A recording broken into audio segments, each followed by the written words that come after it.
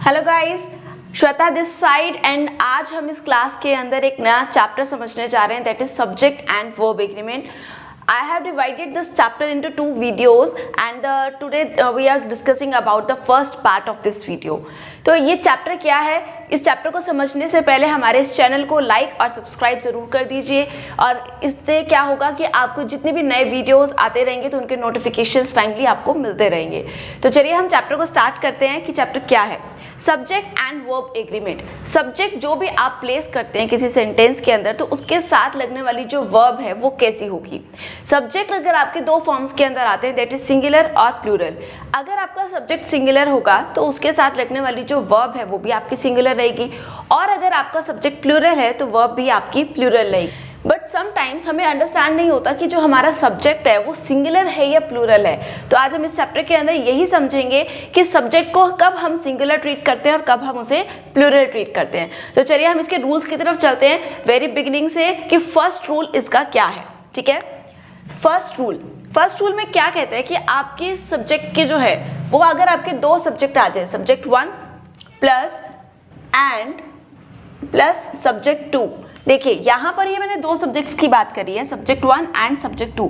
ये किस बिहाफ पर कि बीच में कंजंक्शन का यूज किया गया है एंड. अगर आपके किसी भी सेंटेंस के अंदर दो सब्जेक्ट्स इस तरीके से प्लेस किए जाते हैं, दैट मीन्स कि आपकी जो वर्ब है लगने वाली वो कैसी होगी, प्लूरल. द रीजन बिहाइंड कि ये प्लूरल क्यों होने वाली है, उसका कारण ये है कि ये जो एंड वर्ड है जिसने दो सब्जेक्ट्स को एक साथ आपस में जोड़ा है, और हमें ये भी पता है कि वर्ब से पहले हमारा जितना भी पार्ट होता है वो हमारा सब्जेक्ट होता है. तो यहाँ पर दो सब्जेक्ट्स की बात करी गई है, तो यहीं से हमें पता चल जाता है कि आपके सब्जेक्ट जो है वो प्लूरल है. तो लगने वाली जो वर्ब होगी वो भी कैसी रहेगी, प्लूरल. लेकिन इस सेंटेंस को भी आगे हमें समझने से पहले एक बात और समझनी होती है. अगर आपका सेंटेंस प्रेजेंट टेंस के अंदर है, अगर आपका सेंटेंस प्रेजेंट टेंस में है तो आपको क्या ध्यान रखना होता है कि प्रेजेंट टेंस के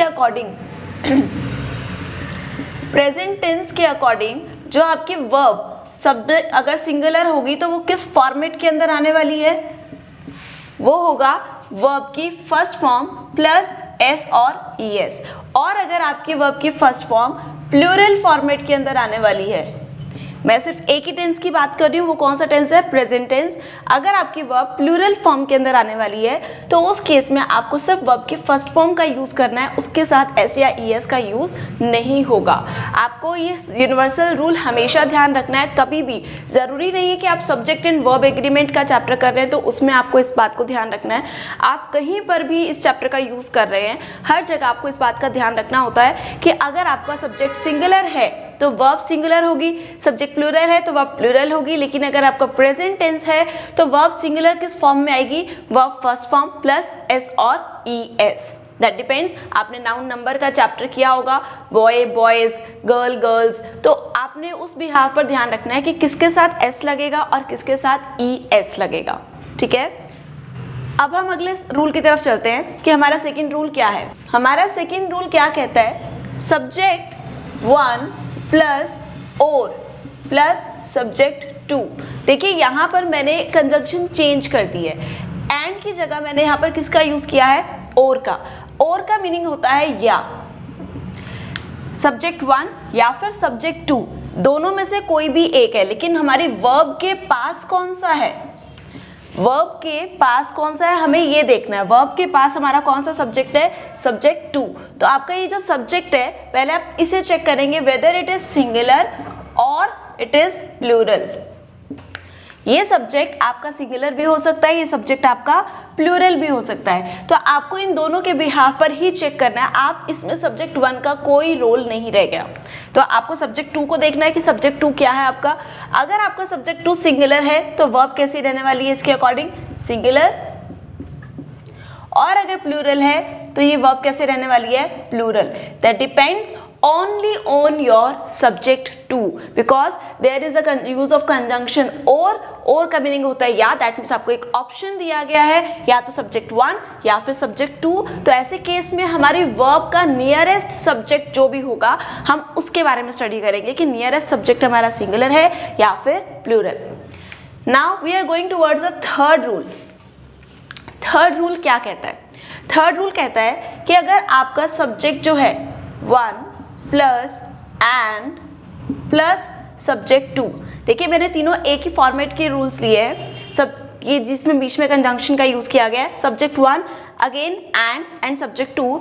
बट द थिंग इज कि अभी एक लिटिल बिट चेंज होगा। वो क्या होगा कि सब्जेक्ट वन से पहले और सब्जेक्ट टू से भी पहले किसी ना किसी आर्टिकल एडजेक्टिव का यूज किया गया है। ठीक है, मैंने क्या बोला कि आर्टिकल या फिर एडजेक्टिव वर्ड का यूज किया गया है और उसके बिहाफ पर इसमें लिटिल बिट चेंजेस आ जाएंगे रूल में।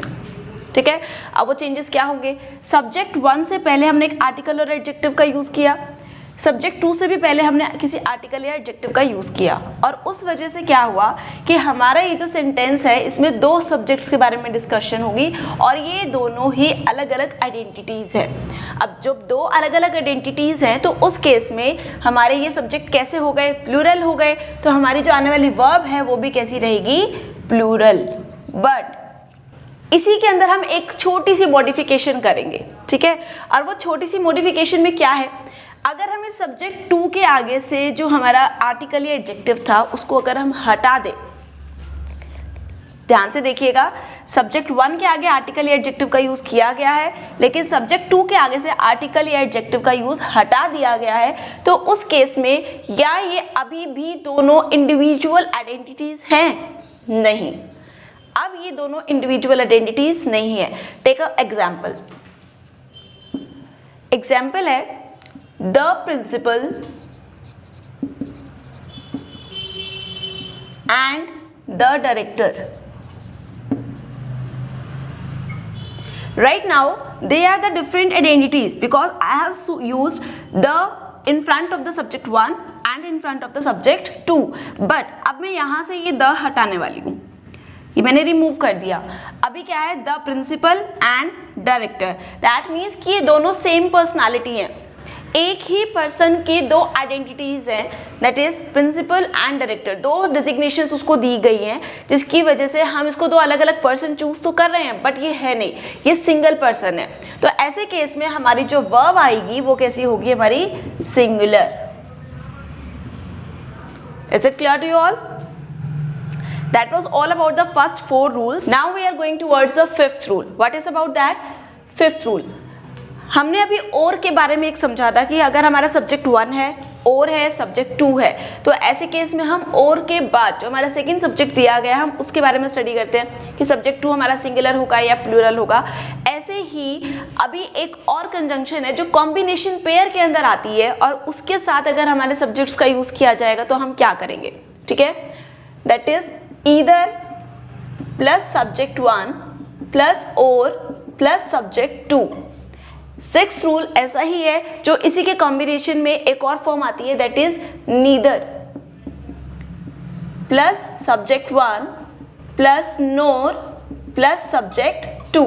देखिए अब मैंने यहाँ पर ये 2 रूल्स उठाए हैं, ईदर प्लस सब्जेक्ट 1 प्लस और plus subject 2, neither plus subject 1 plus nor plus subject 2। We know about the rule कि ईदर और नीदर दो ऐसे वर्ड्स होते हैं जो डिनोट करते हैं कि आपके यहाँ पर कोई भी है या कोई भी नहीं है, ठीक है, और है तो कोई एक है। क्लियर? ईदर दिस और दैट, या तो सब्जेक्ट 1 वर्क करेगा या फिर सब्जेक्ट 2 वर्क करेगा। तो ऐसे केस में हमने एक रूल पढ़ा था, सब्जेक्ट 1 प्लस और प्लस सब्जेक्ट 2। तो उसका ध्यान रखते हुए हम क्या कर रहे हैं यहाँ पर, जब सब्जेक्ट 2 की तरफ हमने कॉन्सेंट्रेट किया कि हमारा जो सब्जेक्ट 2 है हम उसकी तरफ देखेंगे, just because that is nearest to the verb, verb के बहुत नजदीक है तो हम सब्जेक्ट 2 की तरफ देखते हैं। तो अभी भी हम क्या करने वाले हैं, इस सब्जेक्ट 2 को ही देखने वाले हैं। अगर आपका सब्जेक्ट 2 सिंगुलर है या प्लूरल है उस पर ही डिपेंड करेगा कि आपकी वर्ब सिंगुलर होगी या फिर प्लूरल। अगर आपका सब्जेक्ट सिंगुलर है तो वर्ब कैसी होने वाली है, प्लूरल, और अगर आपका सब्जेक्ट सिंगुलर है तो वर्ब कैसी होने वाली है, singular. Clear? Same with this case, neither subject 1 NOR subject 2। तो नियरेस्ट जो है वर्ब के हम वो चेक करेंगे, नियरेस्ट कौन सा है, सब्जेक्ट 2। इस पर डिपेंड करता है कि हमारी जो वर्ब है वो सिंगुलर होगी या फिर प्लूरल। ठीक है, तो हमारी जो वर्ब आने वाली है वो भी या तो सिंगुलर होगी या फिर वो प्लूरल होगी, that depends only on this subject 2। Subject singular तो वर्ब भी सिंगुलर, सब्जेक्ट प्लूरल तो वर्ब भी प्लूरल। तो हमने यहाँ पर अभी तक 6 रूल्स के बारे में स्टडी किया है, तो चलिए देखिए कि वो 7th रूल आपका क्या है।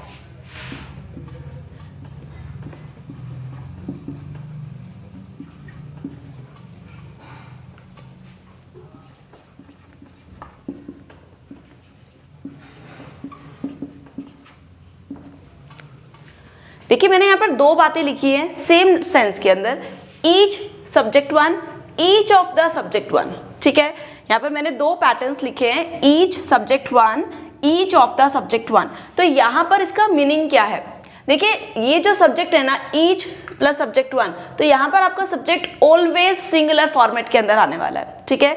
ईच स्टूडेंट, ईच बुक, तो यहाँ पर आपका जो सब्जेक्ट है वो सिंगुलर ही रहेगा। तो ऐसे केस में जो वर्ब है वो हमारी कैसी रहने वाली है, सिंगुलर। बट अभी हमें क्या समझना है, ईच ऑफ द के साथ क्या रहेगा। ईच ऑफ द के केस में हमारा जो सब्जेक्ट है वो हमेशा ही प्लूरल होता है। Take an example,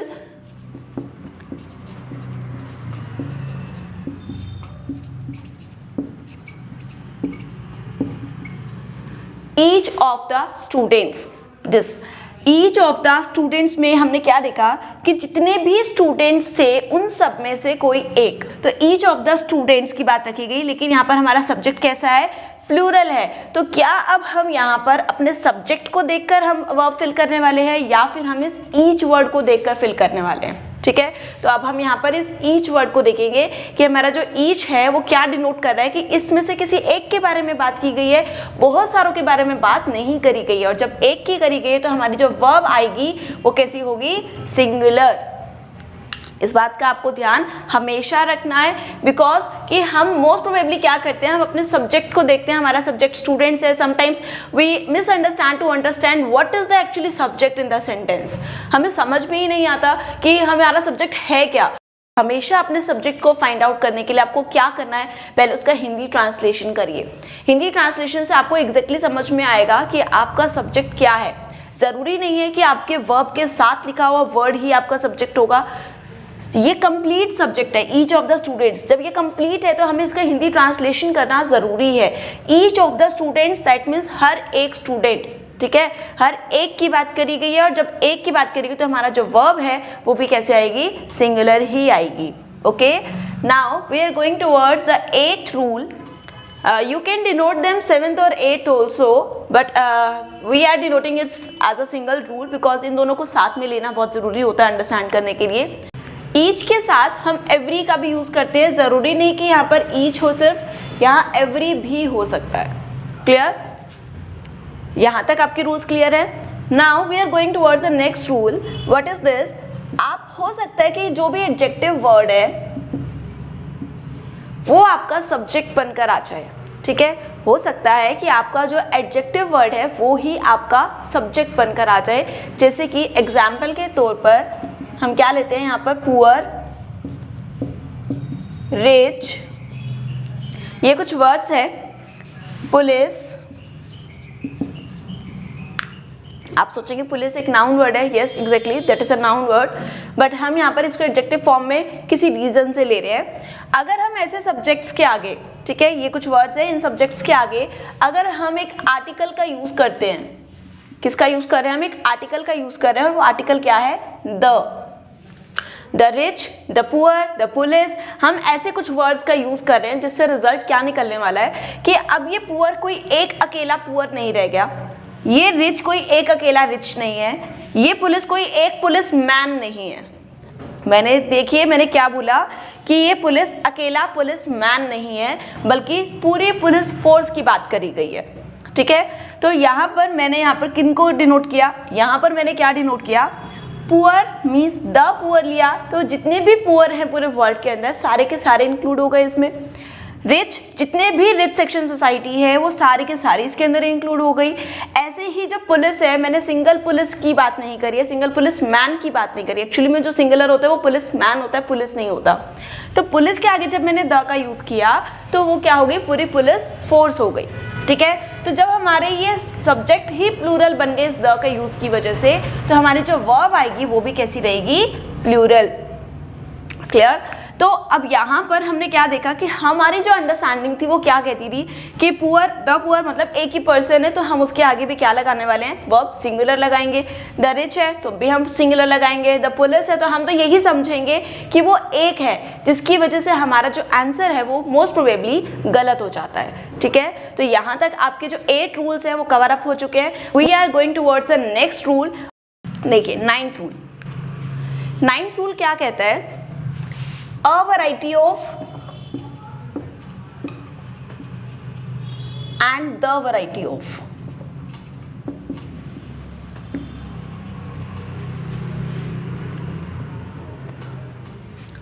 a variety of and the variety of, ऐसे केस में जो आपका सब्जेक्ट आने वाला है वो कैसा होगा।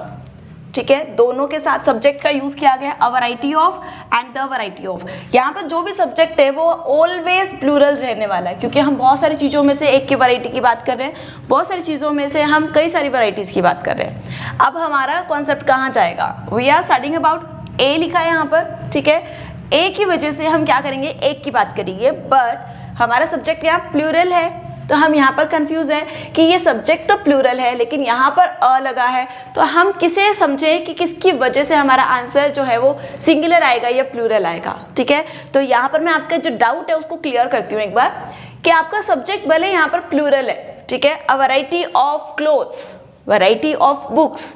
ठीक है, तो यहाँ पर नंबर ऑफ वैरायटीज की बात करी गई है, बहुत सारी वैरायटीज की बात करी गई है कि बुक्स की बहुत सारी वैरायटीज अवेलेबल है, स्टूडेंट्स की बहुत सारी वैरायटीज अवेलेबल है। ठीक है, और क्लोथ्स की वैरायटीज बहुत सारी अवेलेबल है, सॉरी मैंने स्टूडेंट्स का यूज किया। अ variety of clothes, variety of books बहुत सारी अवेलेबल है शॉप पर। तो हम यहाँ पर प्लूरल के बारे में बात कर रहे हैं, हम एक की बात नहीं कर रहे हैं, हम उसकी डिफरेंट वैरायटीज की बात कर रहे हैं, जिसकी वजह से हमारी जो वर्ब है वो क्या आएगी, प्लूरल। क्लियर। ऐसे ही द वैरायटी ऑफ, अब हम किसके बारे में बात कर रहे हैं, हम सब्जेक्ट के बारे में बात नहीं कर रहे हैं, हम उस सब्जेक्ट की वैरायटी के बारे में बात कर रहे हैं। ठीक है, सब्जेक्ट हमारा कोई भी हो, द वैरायटी ऑफ बुक्स। ठीक है, the variety of books, in books की जो वैरायटी है ना, मतलब इनकी क्वालिटी की बात हो गई। ठीक है, सब्जेक्ट की क्वालिटी के बारे में बात करी गई है यहाँ पर कि सब्जेक्ट की क्वालिटी कैसी है, उसकी जो वैरायटी है वो बहुत अच्छी है। ठीक है, गुड क्वालिटी है या पुअर क्वालिटी है। The variety of the book, the variety of the cloth is very poor, is very clean, is very neat. तो आप इनके लिए अलग अलग वर्ड्स का इस्तेमाल कर सकते हैं। तो यहाँ पर द वैरायटी ऑफ का मतलब क्या है कि आपकी जो वर्ब है वो कैसे आने वाली है, सिंगुलर।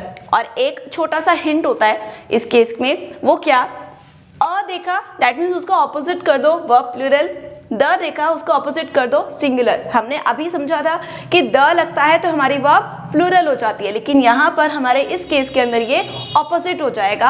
अ लग रहा है तो वर्ब प्लूरल हो जाएगी, द लग रहा है तो वर्ब सिंगुलर हो जाएगी। सेम केस हम यूज करते हैं नंबर के साथ, a number of plus subject, subject आपका प्लूरल ही रहेगा, and the number of plus subject, और सब्जेक्ट आपका प्लूरल ही रहने वाला है। नाउ अब जो हमारा आंसर आने वाला है वो हमें पता है। क्यों पता है, क्योंकि हमने इसके जैसा एक रूल पहले ही कर लिया है। अ लगा है तो वर्ब हमारी कैसे रहने वाली है, प्लूरल, और द लगा है तो वर्ब कैसी रहने वाली है हमारी, सिंगुलर। तो यहाँ तक आपके 10 रूल्स कवर हो जाते हैं। अब हम करेंगे नेक्स्ट 2 रूल्स जो हमारे लास्ट रूल्स बनने वाले हैं। तो देखिए वो नेक्स्ट 2 रूल्स कौन से हैं। 11th, हमारा कोई भी सब्जेक्ट हो, अगर वो हमारा सब्जेक्ट फ्रैक्शन में आ जाए तो हम क्या करेंगे। ठीक है, मैंने क्या कहा कि फ्रैक्शन में आ जाए, कोई भी फ्रैक्शन हो प्लस उसके साथ सब्जेक्ट गिवन हो। अब यहाँ पर आपको सब्जेक्ट क्या देखना है, फ्रैक्शन आप किसकी करने वाले हैं, सब फ्रैक्शन आप किसकी करने वाले हैं। दैट मीन्स हम यहाँ पर सिंगुलर प्लूरल के बारे में अब बात नहीं कर रहे, हम बात कर रहे हैं काउंटेबल और अनकाउंटेबल की।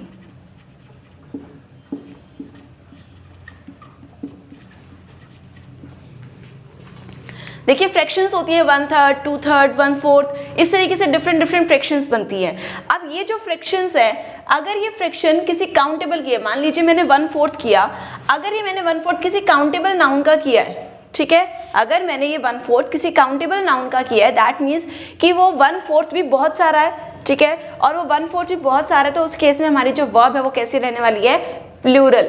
लेकिन अगर हमारा जो सब्जेक्ट है वो अनकाउंटेबल है, जैसे कि वाटर, वाटर का आप 1/3 करिए, 1/4 करिए, 2/3 करिए, कोई भी फ्रैक्शन निकालिए, वाटर वाटर ही रहने वाला है। द रीज़न कि हमारे जो काउंटेबल नाउन्स होते हैं उनका तो सिंगुलर प्लूरल हम कर सकते हैं, लेकिन जो अनकाउंटेबल नाउन्स होते हैं उनका सिंगुलर ही रहता है, वो प्लूरल में कन्वर्ट नहीं होते हैं। ठीक है, जैसे कि मैंने यहाँ पर एग्जाम्पल में वाटर लिया, आप मिल्क ले सकते हैं, आप कुछ भी वैरायटीज ऐसी ले सकते हैं जिनको आप काउंट नहीं कर सकते, जिनकी वेट एंड मेजरमेंट की जाती है। ठीक है, तो उस केस में आप कितनी भी फ्रैक्शंस ले लीजिए वो सिंगुलर ही रहने वाला है, जिसकी वजह से हमारी जो वर्ब है वो कैसी रहेगी, सिंगुलर और plural, that depends on their subject whether the subject is countable और अनकाउंटेबल। अगर ये काउंटेबल है तो हमारी वर्ब कैसी जाएगी, सिंगुलर, और ये अनकाउंटेबल है तो वर्ब कैसी जाएगी, प्लूरल। तो ये कॉन्सेप्ट आपका क्लियर है। ठीक है, इसका हम एक एग्जाम्पल भी देख सकते हैं। 2/3 of water and 2/3 of books। देखिए वाटर क्या है, अनकाउंटेबल है, तो जब ये अनकाउंटेबल है तो इसके साथ फ्रैक्शन लो या ना लो, डजेंट मैटर, आपकी वर्ब सिंगुलर आने वाली है। और जब आपकी वर्ब, आपका सब्जेक्ट प्लूरल है और साथ में काउंटेबल भी है, बुक्स, और उसकी आपने फ्रैक्शन करी है, तो वो आपकी वर्ब कैसे आने वाली है, प्लूरल। ठीक है, तो अब हम चल रहे हैं अपने नेक्स्ट रूल की तरफ, that is 12th rule. 12th rule हमें क्या कहता है, 12th रूल हमें क्या कहता है, we are going towards the next rule, that is 12th rule. क्या कहता है 12th रूल, कि आपकी हाइट, वेट एंड मेजरमेंट्स,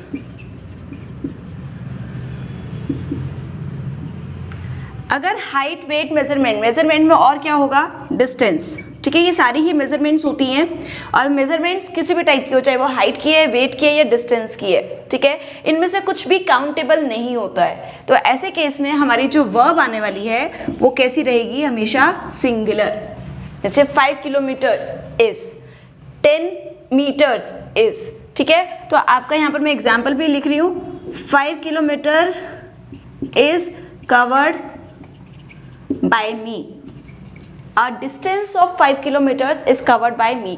तो यहाँ पर हमारा जो डिस्टेंस है, हम यहाँ डिस्टेंस की बात कर रहे हैं, तो डिस्टेंस के साथ हमेशा हमारी जो वर्ब है वो कैसी रहती है, सिंगुलर। ऐसे ही हाइट के साथ और ऐसे ही वेट के साथ, ये तीनों के साथ, तीनों मेजरमेंट्स हैं और तीनों के साथ ही हमारी जो वर्ब है वो हमेशा कैसी रहने वाली है, सिंगुलर। चाहे ये डिस्टेंस हमारा कितना भी हो जाए, चाहे हाइट कितनी भी ज़्यादा हो जाए, इससे मैटर नहीं करता है। आपका मेन मैटर क्या करता है कि वो डिस्टेंस है, डिस्टेंस एक ही होता है, वेट एक ही होता है, हाइट एक ही होती है। तो ऐसे केस में हमारी जो वर्ब है वो कैसी रहने वाली है, सिंगुलर। तो अब यहाँ पर हमने 12 रूल्स के बारे में डिस्कस कर लिया है। If you want to take the notes or the practice worksheet, then you can go towards the description box। वहाँ पर आपको सारा कंटेंट मिल जाएगा अगर आप उसकी प्रैक्टिस भी करना चाहते हैं। लेकिन याद रखिए कि आपको ऐसी ही और वीडियोस अगर आप देखना चाहते हैं कि जिससे आपकी लर्निंग स्किल्स और बढ़ सके, आप नई नई चीज़ों को सीख सके, तो इस चैनल को सब्सक्राइब ज़रूर करिए। Thank you.